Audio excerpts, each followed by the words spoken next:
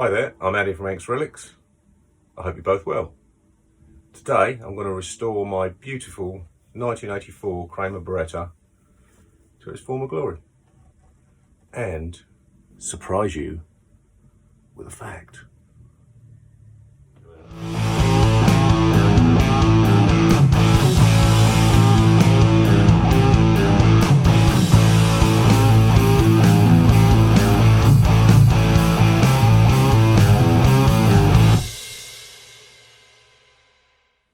Okay, so before we do the Kramer Baretta feature, I would just like to make anybody who's new to the channel aware of this guitar, the VZ22 from Relics. We are planning to auction this for Ukraine, so if you've come here to watch the Kramer thing, please watch the videos that feature this guitar. There's a music video, there's Spike from the Choir Boys playing it. There's a couple of other bits and pieces on it. Please watch the videos and tell your mates about it. We want to make this guitar famous. You can do it. You can do it. It's a nice guitar, and we want to get as much money for Ukraine as possible. So watch the videos. Tell your chums. That thing just fell out in front of my face. How weird. So this Kramer Baretta feature is going to be undeniably and unapologetically geeky.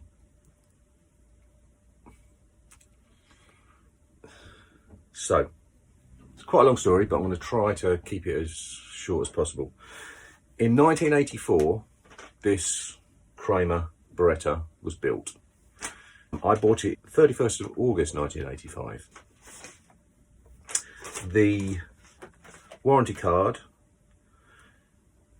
describes the serial number as D2184. I bought it from Allbang Strummit up in London, and as you can see, it's still got the Allbang Strummit sticker on the headstock. A chap called John Gold, I believe, was the person who went on to work for Fender, I believe. At some point in about 1985, I replaced the pickup with this DiMarzio thing, which, to be honest, I never loved. It was kind of okay, but I never loved it. It never occurred to me to do anything, put the original pickup back in. Never occurred to me. So several things happened to the pickup. It got popped in another body for a brief period, and about 15 years ago, I put it in a biscuit tin with some other bits and pieces for guitars. Never could find it. Assumed it had been binned. Just never found it. Looked periodically over that time. Every time a little garage clear out or a cupboard clear out, I wonder if I find me a biscuit tin. Never did. Never did. Until last Wednesday. Last Wednesday, I was looking for something in the garage that my wife asked me to find. And it was right in the back far corner, in boxes that I've been through before, but still didn't manage to find my biscuit tin. And lo and behold, there it is. Shook my biscuit tin, thought there's metally bits in there. Opened it up. Look at that smorgasbord of loveliness. And in amongst it is the pickup to my Kramer Baretta. Reverse zebra. And if you can see that, it's reverse zebra. Lead coming out of that end, reverse zebra. Anyway, about 5 years ago, I decided that I probably wasn't going to find it. So I sort of searched for the nearest alternative to what it was. So I Googled it. You know, obviously, when the guitar was built, the internet didn't even exist. Now, it does, obviously, you know, for better or worse. So I Googled 5 years ago what pickup was in the Kramer Baretta, and it came up with two choices. Early on is the Shallow Golden 50, which I assume is, broadly speaking, during the Holy Grail period, so maybe 1983, something like that. 1984, when mine was made, would probably be the Seymour Duncan JB. Fine. So I bought a Seymour Duncan JB about 5 years ago from their antiquities range, and popped it in, and it sounded great, to be honest. Really, really nice. But it wasn't the original pickup. Wasn't the original one. So I was sort of I still kept vaguely looking for it over the last sort of 5 years. Looking, where's my biscuit tin? How hard can it be to find a biscuit tin in a garage? But it turned out quite hard. But now I found it. Interesting fact, well, two interesting facts really. Number one, the pickup that was in there is neither a Seymour Duncan JB nor is it a Shallow Golden 50. The pickup has got written on the back of it LH150. So I googled that, and it turns out it's an ESP pickup, which kind of makes sense because the original bodies and necks for the Berettas, for the so-called Holy Grail Berettas, were made by ESP. So it's an ESP pickup. I've never seen it anywhere online that ESP pickups are in it, but that has absolutely come out of this guitar. I've owned the guitar since it was new. I've owned it since 1985. Lost the pickup admittedly, but you know, up until 5 years ago, I never swapped a pickup out of a guitar apart from this one. Didn't do it again because it wasn't that successful. My choice of pickup was quite poor with the DiMarzio. So up until the swap back to the Seymour Duncan Antiquities, I'd never done it. And then this started me on the road to kind of building guitars because it was quite interesting. That was kind of way more successful. Well, you can do an upgrade, and it can be, and it kind of started me on the road to building guitars and experimenting with pickups. And you know, I thought, well, prior to that, I thought, not really for me, perhaps. Turns out it is. So today, I'm going to replace the pickup in the guitar with the proper one, the one that should be in there, and we'll do a sound check. One more interesting fact. Allbang Strummit, the shop in London, it's long gone now. They were a really nice guitar shop, really pleasant and friendly, and I had a little bit of an issue with the Baretta a few months after I had it, insofar as it sort of ceased to hold tune as well as it once had. They said, no problem at all, bring it back in. So London's, 50 miles from me, so traipsed into London, took the guitar, and I said, can you lend me another one? Oh, this one's been repaired because we're gigging quite a lot. They said, yeah, no sweat. And they dug out this other guitar. Now, nobody knew about Holy Grails at the time, but they lent me a Holy Grail. Couple of interesting facts about it. Number one, it weren't that great. Otherwise, I wouldn't have gone back to London to pick mine up. I'd have just kept that and said, no, we're okay. The fit and finish on it was absolutely shocking. You could see it was a two-part body, which was the paint where the two parts were joined kind of looked like that. There was a mark right the way around the body, right the way around it. It was just not a great looking guitar, and didn't sound that amazing either, to be honest. Wasn't great to play particularly. It was all right, but part of me wishes I'd still kept it, and I'd have a Holy Grail then, wouldn't I? But would I just have sold it because it wasn't that nice of a guitar? This has been a great guitar. A couple of interesting other things actually. When I took it apart, the chap who had, I guess, made it, a fella called Scott Wizell, Wizell, he'd signed it in the neck pocket, so I'm assuming that's the guy that built it. So if there's a Scott Wizell out there who worked for Kramer, please leave a comment. That'd be awesome, and maybe we can talk about some Kramer stuff. That'd be nice to know a few things. There's some numbers written in there as well, 34 and B34 in the neck pocket and on the neck, so I guess the B's Baretta, 34, but it doesn't seem to tie in with anything in particular. I don't really know what that means. I originally thought that it tied in with this, with as you can see, that the neck plate is slightly corroded. So you do D21. I thought it was probably 3/4, but as it turns out, it's, according to the guarantee and the warranty and all that, it's 8/4. So I mean, that could be, but I don't know what the 3/4 and whatnot in the neck pocket relates to. Maybe it's the 34th one they made that day or that week or whatever. I don't know. That minute, who knows? But I'd be interested to talk to Scott Wazell if he's, if he's still with us. He might have been 65 when he built the guitar, or he might have been 18. Who knows? But hopefully Scott's still with us, and if you are, leave a comment. Now I'm going to change the camera angle, change the pickup, and then we'll do a little sound check.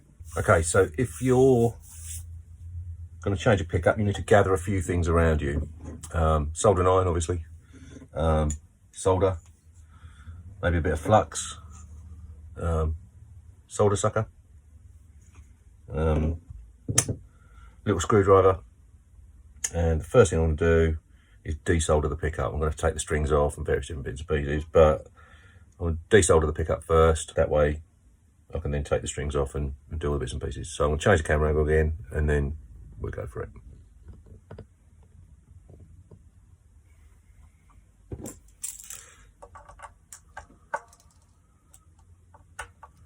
So I'll pop the little cover plate off.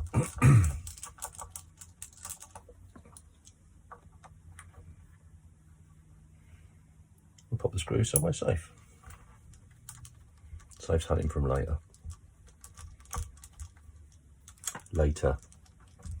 Pronounce your T's.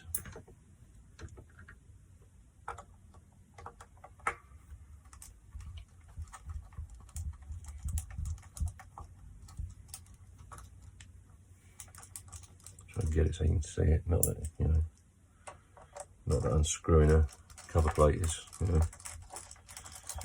really something you necessarily need to see. So let's get that done as quick as possible. Right, 4 screws safe. Take the plate off. Pop that over there. Okay. So you can see that.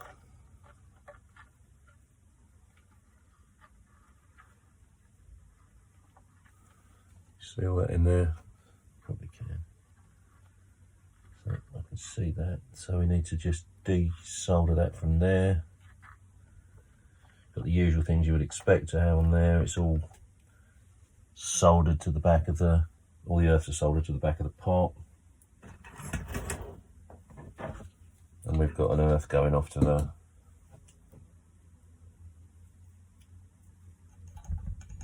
trim.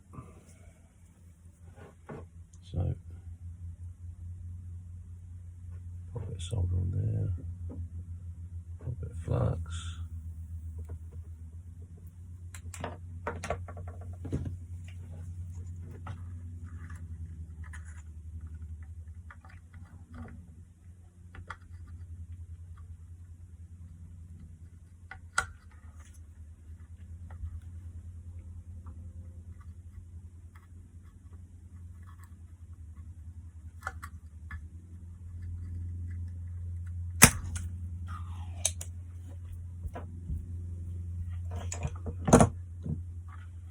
Still attached.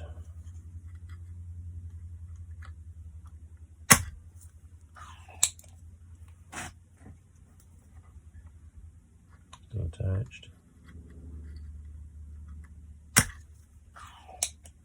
That's most of the solder gone from there. Yep, that's off. So, do I necessarily want to cut that off? Do I necessarily want to desolder that? Maybe not. Maybe what I'll do is just cut that nice and short to there. Got some cutters which will cut that nice and tight, so I'll just take that off there. That won't cause any harm then. There we go. There you have it. Desoldered. Right. Turn it over and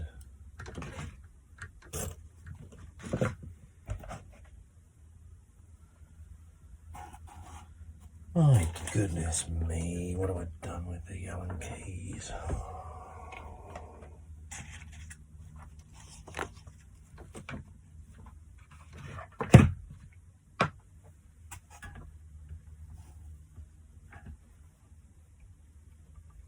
Here they are. Right, so I'm just going to release the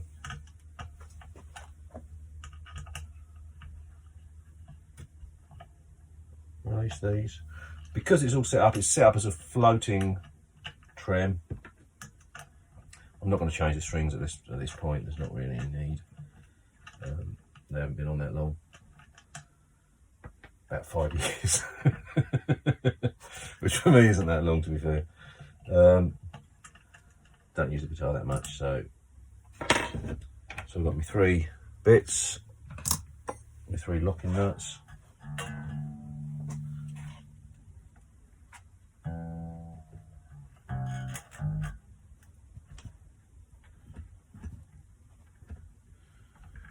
Just detune all of these.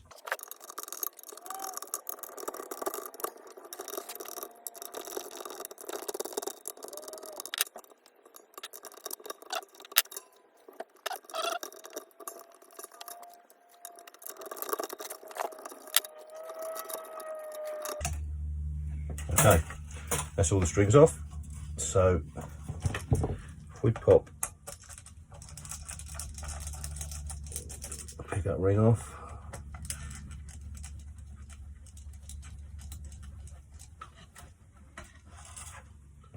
okay, I'll put the screw somewhere safe.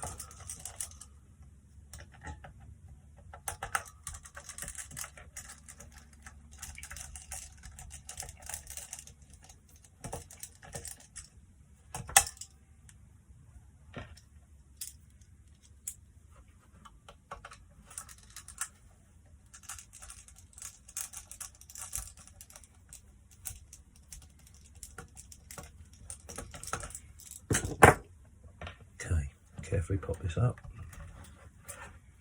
So that's going to come out through that hole. Lovely.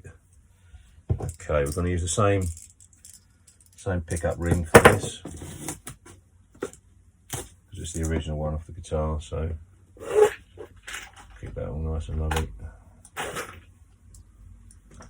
Keep it original.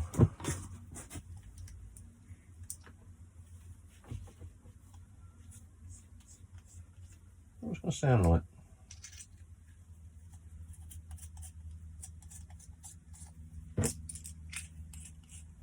Sorry, bit faffing about. That's the one I want. So pop that in there. Should have set this up before, didn't. Imbecile. Keep expecting these videos to get slicker. It just doesn't really seem to happen. I try to think about it, you know. I get all excited about the job I'm about to do, I suppose. So, just going to pop this apart. So it's just literally, if you've never seen one of these before, maybe you haven't. So that's what you get. It's just a little spring in there. So just pop the screws out, making sure that the spring doesn't ping off into infinity and beyond. And then pop them both out, and then we'll pop this back in.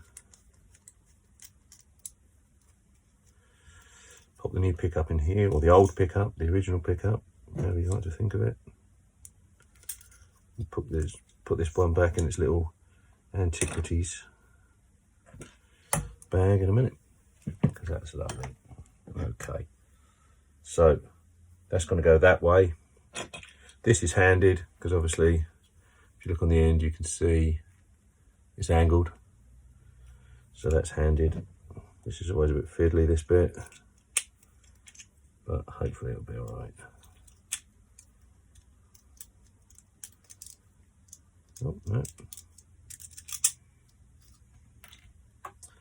Absolutely not at all. Okay, so I've got a bit of an issue with those screws. And that's when disaster struck.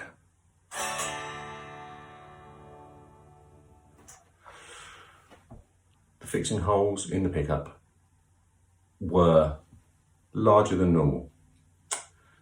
I didn't have any screws. I found some screws. They were a little bit shorter than you would hope for. Therefore, I had to change the pickup ring to a shallower one to stop the pickup falling off the end of the screws when it was lowered far enough to be in the right position. So that's why we've gone from a black pickup ring to a silver pickup ring. You don't need to see all the in-between stages where the pickup went in, came out, went in, came out, went in, came out. You don't need to see that, trust me on this. But that's why we've now got a different pickup ring. Just thought I'd explain that, because otherwise it starts to get very confusing. Let's continue.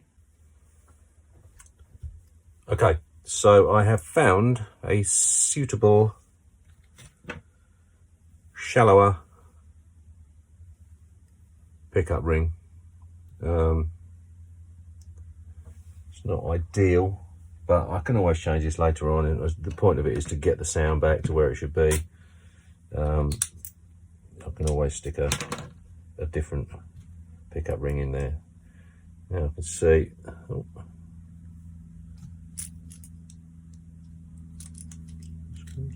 No. So I'm going to have to drill that out a little bit to accept these slightly larger screws, because it's got to have the slightly larger screws because of the enlarged holes in the bottom there. I don't know if that's always how it's been, or whether it's something that's become a bit, we don't know. Anyway, I'm just going to drill that out, drill those out to a slightly larger size, and then I shall return to you. So I've drilled this out. We'll have one more go at it, shall we?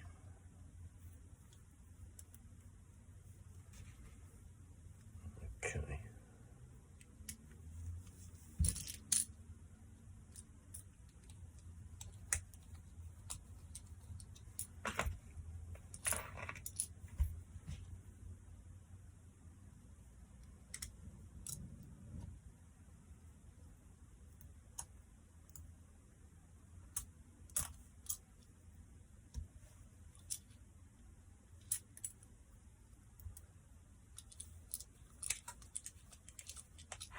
When you change a pickup, hopefully you won't have all this dreadful faffing around. I'll feed that cable through there again.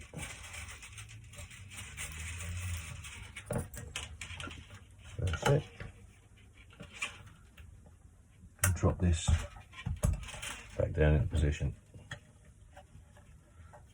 Okay, that all lines up. The hole's all good. So, just going to do this. Pop these in.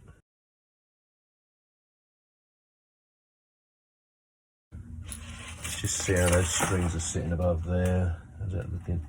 Yeah, we've got plenty of leeway on that now, so there's plenty of upward movement.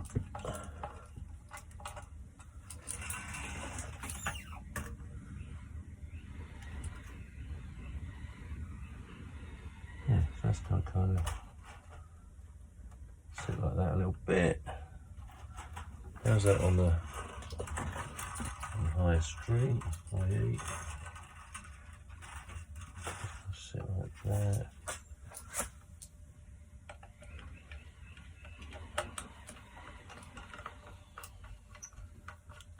Sitting like that. Okay, so yeah.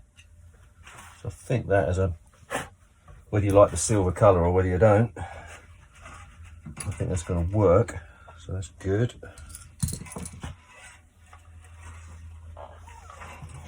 Just to sit down a little further, I can see now that screw is not quite where it should be.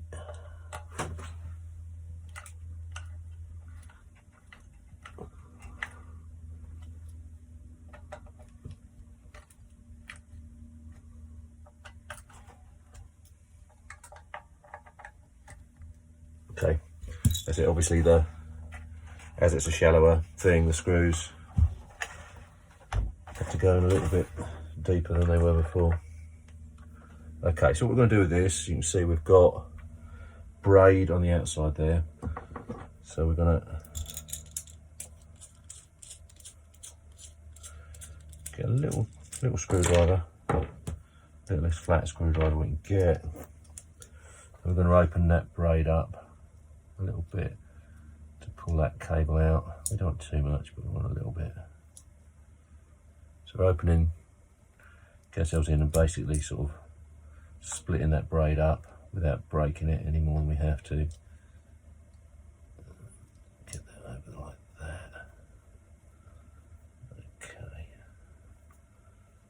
So if that was like that, would that be okay? Yeah, I think it would.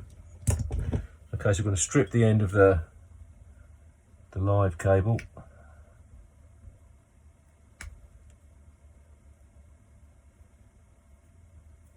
Okay. Tidy that up a little bit. Okay. Right, now what I think I'm going to do, there's a big blob of solder on there, which is nice and stable, that's all good.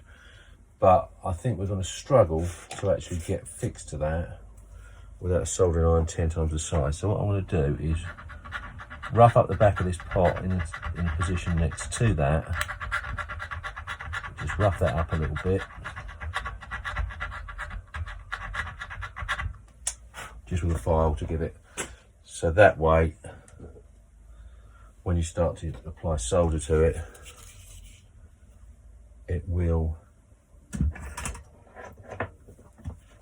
bond to it.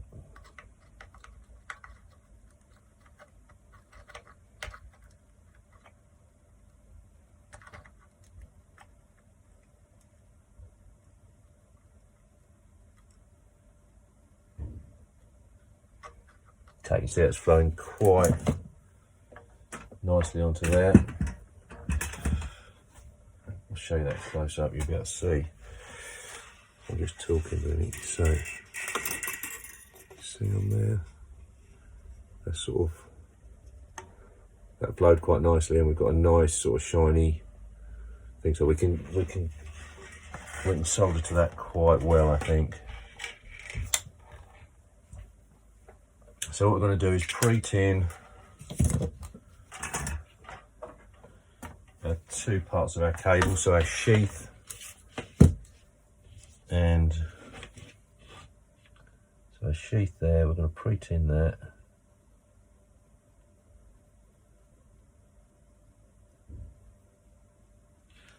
What I'm actually going to do is get a cloth just to cover the guitar with for a minute to stop bits dropping on it.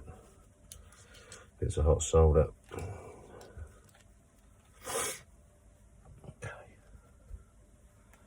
So what we do, we'll put a little bit of flux on there just to make it flow a bit better. It's not flowing very well. Tip of the soldering iron's got dry. You don't want it to get dry. It doesn't flow. Okay, so we're soldering, applying the solder to both parts there. Move that to one side, so, oops, that's good. So you also want to apply a little bit of solder to the terminal on the, that we're going to solder to on the pot. Okay. I'm going to get in there with that. That's it.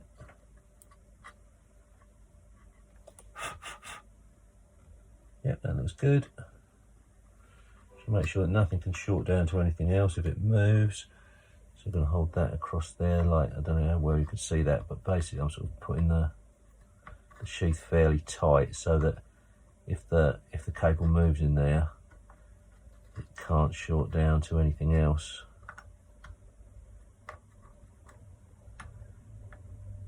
In there and cut the sound off.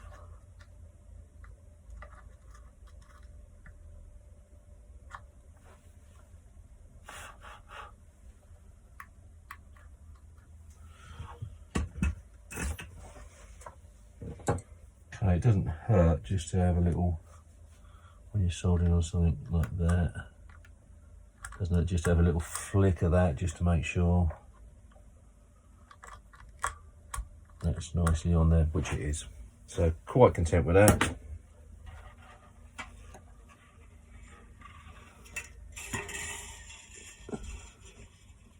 Okay, so that's that.